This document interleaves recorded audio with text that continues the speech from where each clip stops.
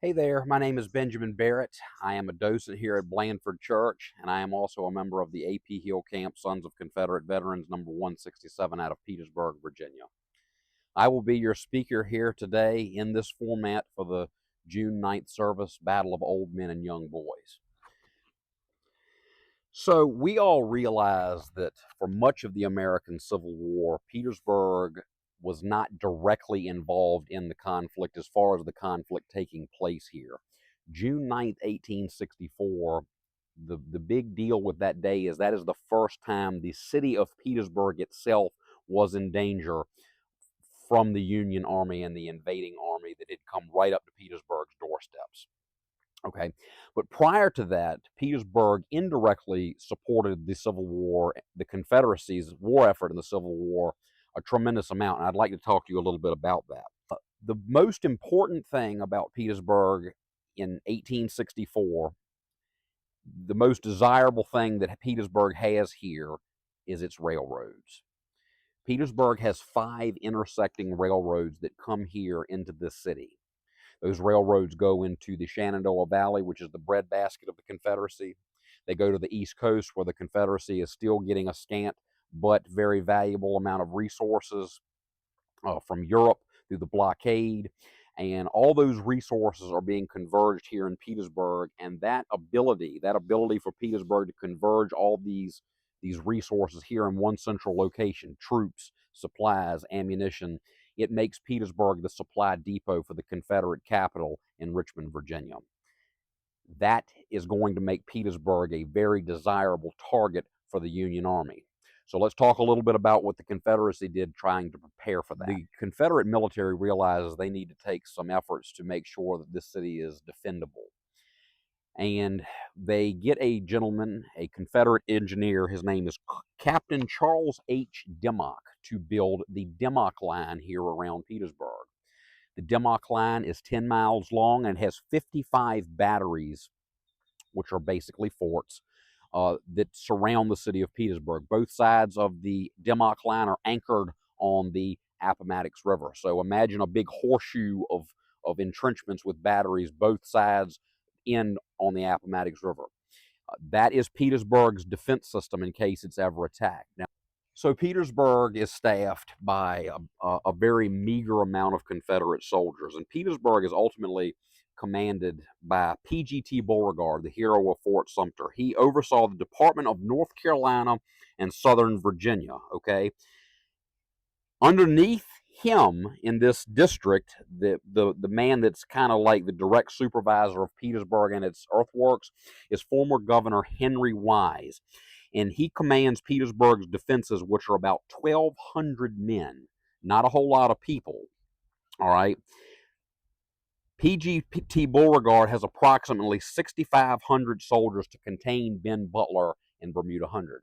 Well, who was Ben Butler? Now, many of you already know, but for those of you that don't, I will give you a little synopsis on who he was as a person. Benjamin Butler is the Union general that has been placed at a smaller army called the Army of the James, and they are bottled up at Bermuda Hundred. Ben Butler is a political general, and he's not someone that General Ulysses S. Grant has a whole lot of respect for. But because of the circumstances, Grant was kind of forced into using Butler to command the Army of the James. And his job as the Army of the James commander was to harass the Confederate forces south of Richmond. So Butler tries several times to initiate a successful attack on Petersburg, and 3 previous attacks are not successful. On June 9th, however, General Butler has got momentum going with an objective to have a successful assault on Petersburg, and these are what his objectives are. He wants to send his forces, and that's going to be about 4,600 total, 3,300 infantry and 1,300 Union cavalry, and he is going to assault Petersburg from multiple locations at the same time. This is not just one assault in one place, it's a combined effort attacking Petersburg in several different places. And their objective is to come to Petersburg and to destroy the railroads, the bridges, and the military supplies, not to capture and hold Petersburg. He does not feel like that he has the resources or the ability to capture Petersburg and take it. But if he can bring his army here and he can destroy the railroads, he can destroy all the bridges that cross the Appomattox River, he doesn't need to stay here anymore. Petersburg is done.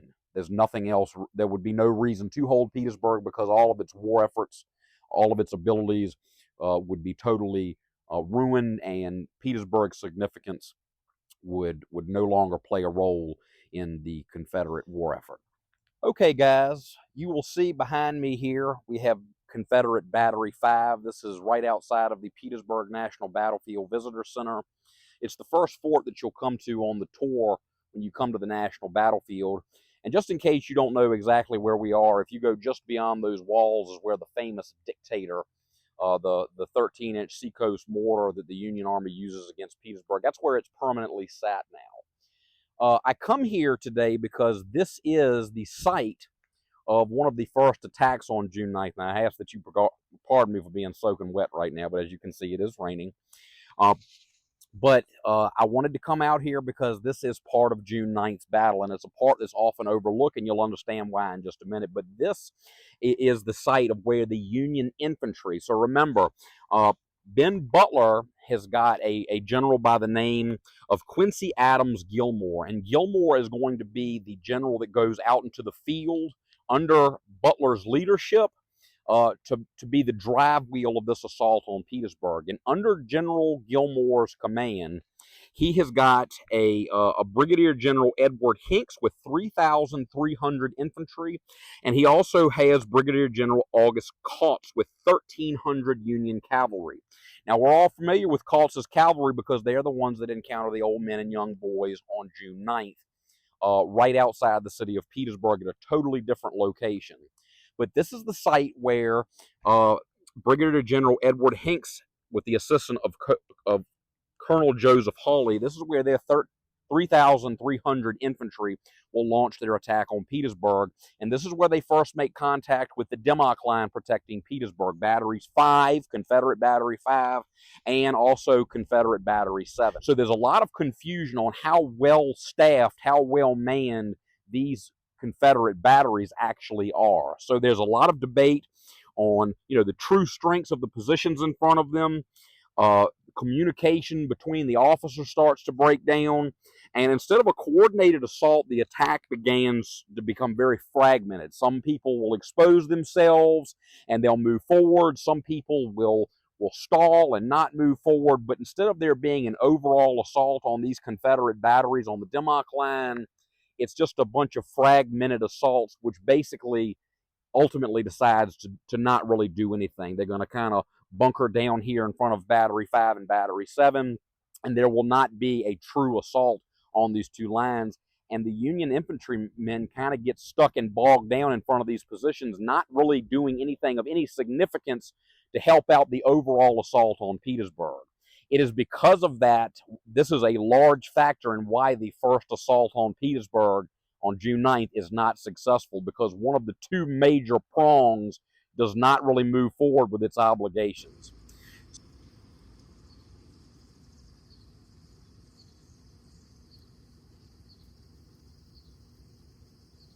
I come here today because the church has played a large role in the announcement of the alarm that was sounded to announce that Petersburg was under attack, okay? And I'd like to talk to you a little bit about what Petersburg looked like on June 9th when the sleepy citizens of Petersburg were just starting to get into their day. On the morning of June 9th, Petersburg woke up to what seemed to be an ordinary late spring day. The weather was calm, the streets were active, and the city was carrying on business as usual. But beneath this calm, the alarm was starting to sound. By mid-morning, word had spread Union forces were approaching. Church bells and alarms signaled, echoing throughout the city. It's very possible that this is one of the churches that was part of the chorus of alarms that were notifying the citizens that their city was under attack. Bankers, lawyers, merchants, teachers, tradesmen left their workshops and returned to their homes. They did not return for safety, but for their weapons. And what they found waiting for them inside of their homes was not a modern arsenal by any means. They found a patchwork of old muskets, outdated firearms, and whatever equipment could be quickly gathered. Within hours, the civilians of Petersburg were transforming into soldiers, and they moved towards the defensive works on the outside of the city. Their family and their friends would hold their breath, not knowing what was in store for their loved ones.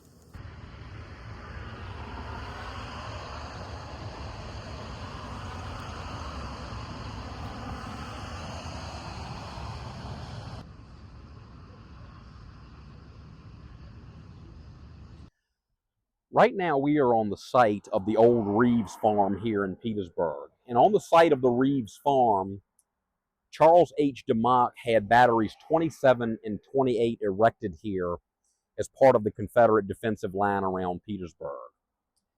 Battery 27 is where the old men and young boys will assemble to protect Petersburg from its advancing adversaries.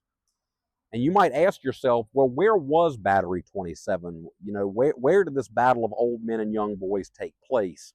And coincidentally enough, if you look at this monument that many of us are familiar with on the right hand of Crater Road going south on Crater Road, where this monument is where Battery 27 was.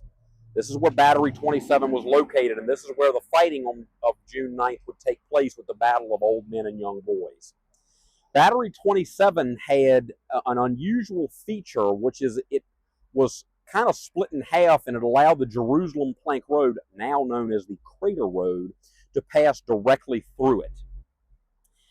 When the old men and young boys got here, one of the first things that they felt like they needed to do to strengthen this position is they needed to take anything they could find and make a barricade across the Jerusalem Plank Road. And what they would eventually do is they would take an overturned wagon and some fence rails to make a barrier, making it much more difficult for this position to be penetrated by the Union adversaries. Now, if you were one of the old men and young boys, 125 strong inside of Battery 27 on June 9th, you would be looking in this direction here, okay? This is the direction that you would be looking, waiting for your Union adversary. Now, the men inside of Battery 27, their commander is Major Fletcher Archer, and he is a veteran of the Mexican War, and he is tasked with organizing a battalion that looks a whole lot less like a professional army and more like a cross-section of the city itself. His command included older men too old to serve in combat, teenagers too young to serve in combat, shopkeepers and laborers. Some had gray hair, and some didn't even have enough hair on their face to shave. They were described as being second-class militia, not because of their courage, but because of their age, their limited training, and their antiquated equipment. One observer noted that they had not a uniform in sight. They're wearing their own homespun clothes that they would have worn in their civilian life. They had no bayonets nor a weapon of recent manufacture. But they stood here, and they were the only thing Petersburg had to defend itself in this hour of crisis. The men waited, and they waited here in Battery 27 until approximately mid-morning. But at mid-morning, that cavalry force did approach from this direction. And Fletcher Archer tells these militia inside of Battery 27 not to discharge their weapon until the enemy is almost right on top of them. And I'm sure that was a very anxious several moments waiting for this unbelievably huge adversary to get that close to you, but they were eventually given permission to fire their weapons, and the line erupted in fire. Muskets fired from uneven earthworks and hastily prepared barricades shattered the approaching Union cavalry charge. The initial Union charge collapsed into confusion. General August Kautz, the man that is in charge of this Union cavalry, believes that a second charge similar to the first one is not going to be successful. Just like the first one failed in the face of this volley of militia fire, he believes the second one will also be unsuccessful. So what he tells them instead is he tells his men to dismount from their horses and to approach Battery 27 more like infantry. And that's exactly what they do. They start to create a more deliberate fighting line, stretching the battlefield laterally, attempting to overlap the Confederate position. This fight was no longer a raid from the perspective of the Union attackers. It was now becoming a full-out battle. Now, another thing takes place at this time, and that is the arrival of General Riley Colston. Now, General Riley Colston is the general without a command. When he is here in Petersburg, despite his earlier career in the Confederate Army, he has no one under his command. But he realizes that Petersburg is under attack, and he wants to offer his services to Petersburg in its hour of need.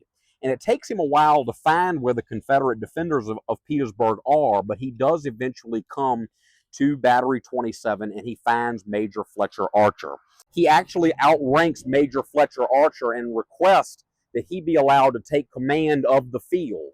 As you can imagine, Fletcher Archer was not real enthusiastic about letting this newcomer do that, but he does relinquish command and does a command to pass into the hands of General Riley Colston. Now, Colston is a West Point graduate. He's a veteran of earlier campaigns, and he is actually rather pleased with this line of militia and how they are spread out, but he does make a couple of adjustments. He wants to make a more defensive posture, and he wants to extend the line and reduce the risk of envelopment by this Union dismounted cavalry. The battle at this time starts to intensify, and it was a difficult task to make the adjustments that he asked for, but for the moment, the line was holding. Now, another little game changer occurs during this battle while the militia and the cavalrymen are fighting with one another, and the fighting becomes more intense. Some Union dismounted cavalry take possession of what is called the Gregory House. And the Gregory House is turned into a sniper's nest. The soldiers use its upper floors and attic as an improvised firing position. And from that position at the Gregory House, the fire from their muskets could be directed into the Confederate line all along the line, adding pressure to an already strained defender. Confederate forces responded with an artillery piece. They had limited artillery, but they did have a 12-pound howitzer placed in Battery 28. As you can imagine, just because of sheer numbers, the battle is starting to tilt. Its odds are tilting towards the Union just from sheer numbers. And by late morning, the situation had become unsustainable for the Confederate defenders here inside of Batteries 27 and 28. Union forces were applying pressure from multiple directions. The skirmish lines tightened, the artillery fire intensified, and Colston and Archer realized that if they were going to save this small command, they were going to have to withdraw from the field, and that's exactly what they do. The line would fall back. At their request, Archer's men withdrew across broken ground towards higher defensive positions closer to Petersburg. This withdrawal was not a rout, but it was costly, and it marked the end of Petersburg's first defensive stand of the day. Union forces captured Battery 27 and 28 and advanced into the abandoned works. The battlefield fell briefly silent, except for the wounded and the distant sound of a continued movement towards the city. The day is not over with. The Battle of June 9th is not over with. From this position, after they capture Batteries 27 and 28, the dismounted cavalry will continue to push down the Jerusalem Plank Road and towards other defensive lines closer to the city of Petersburg. As you can imagine, when the old men and young boys broke at Battery 27 and word made its way back to Petersburg that the Union cavalry was now unchecked moving towards this location, panic began to set in with the citizens of Petersburg. They knew that there was now nothing standing between them and their Union adversaries. I don't think anyone was probably more panicked than PGT Beauregard. Beauregard is the person that's ultimately responsible for the outcome of the city and its future. He realizes that he needs some help, and he needs it immediately. The assistance that PGT Beauregard is asking from, luckily, comes at the very last minute, and that is from two men and their commands, which is General James Deering and Captain Edward Graham. General James Deering brings the 4th North Carolina Cavalry and its supporting forces, and Captain Graham brings his horse-drawn artillery, moving his guns here through the streets of Petersburg. These men are going to literally be the people that saved the city of Petersburg by being raided by Union forces. I want you to take note of these two buildings that I'm showing you, because a very wonderful local artist by the name of Henry Kidd features these two buildings in a very famous piece of artwork in this community, and I'm getting ready to show you that here in just a moment.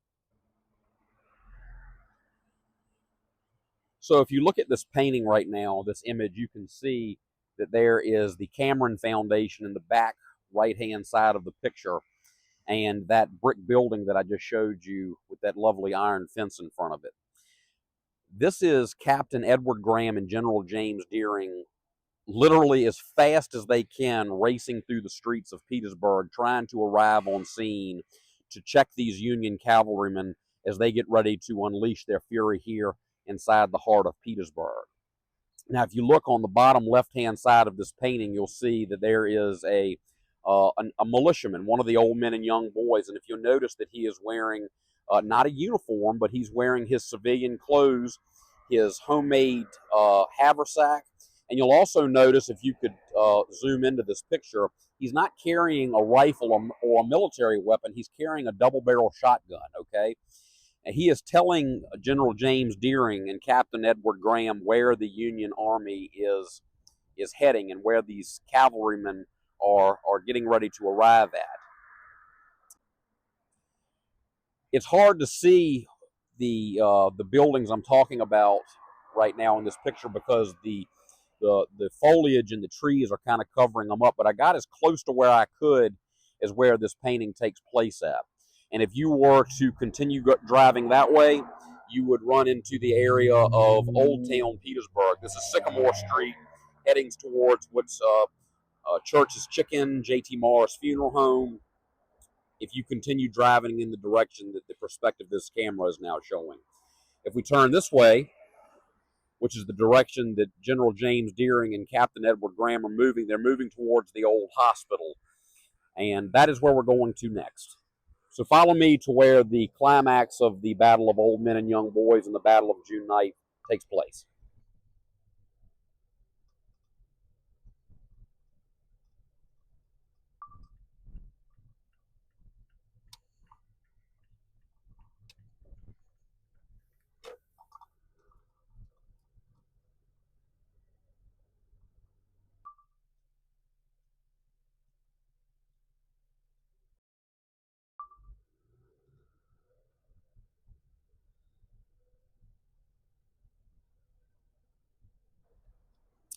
Okay, let's try to go over a very brief recap of what's going on here. The Union infantry is bogged down at Battery 5. They are not participating in this conflict right now, which is a huge negative going for the overall Union effort towards Petersburg. The Confederate line, the line of old men and young boys at Battery 27 and 28, has broken. They are now retreating back towards the position that I'm now standing. General Kautz and his 1,300 Union cavalry are advancing as fast as possible to the location where I'm now standing, which I'm going to tell you where that is in just a moment in case you can't already tell. General James Deering and his cavalry and Captain Edward Graham from behind me are going as fast as they possibly can at the request of PGT Beauregard to get on site before the Union cavalry can destroy Petersburg. So which one is going to happen first? And this is the second stage of the battlefield. This is where the second battle of June 9th takes place at. Captain Edward Graham would try very hard to get his position on top of this hill, Reservoir Hill, and he was going to try as quickly as he could to set his artillery up right behind me, really actually right behind Cameron Field on top of the overlook, and he would use that position to command this entire ground all the way back to the Jerusalem Plank Road. General James Deering would take his cavalry and he would deploy them as skirmishers along a wide arc stretching from the hill towards the flanks near Cameron's vicinity and surrounding ground. So what you have here is kind of a layered defense. You will have artillery at the crest behind me, cavalry skirmishers forward, and wide, and infantry remnants filling the gaps behind. So remember, a lot of the old men and young boys that were at batteries 27 and 28, when they broke and withdrew to this position, they would continue to fight here. They didn't just stop fighting after their position was broken at battery 7 and 28. They withdrew to this position to continue a honorable defense of Petersburg. On the Union side, General Kautz is approaching this direction, and their forces continued down the Jerusalem Plank Road, and they split. They went in two different localities. They came down this road here towards this position, and some went out, continued down the Jerusalem Plank Road to Blandford Cemetery. As they approached the ravine and the rising ground beyond, the Confederate grounds opened fire from multiple angles. Cavalry fire swept the advancing formations, and the momentum of the Union advance slowed and then fractured. So I want you to imagine those two artillery pieces open up here on top of the hill right behind Cameron Field, and they are able to command this entire location where the Union advance is taking place at. While these artillery pieces are launching a murderous fire into these Union cavalrymen, they are also getting caught in the crossfires of General James Deering Confederate cavalry. What had been a confident push towards the city had now become a contested struggle over ground they could not easily see or fully understand. One of the eyewitnesses that was here that day said that the crest of the hill appeared to be, it said it looked as if almost the whole heavens were filled with fire of blazing guns and exploding shells. Multiple places are participating in firing into the Union advance.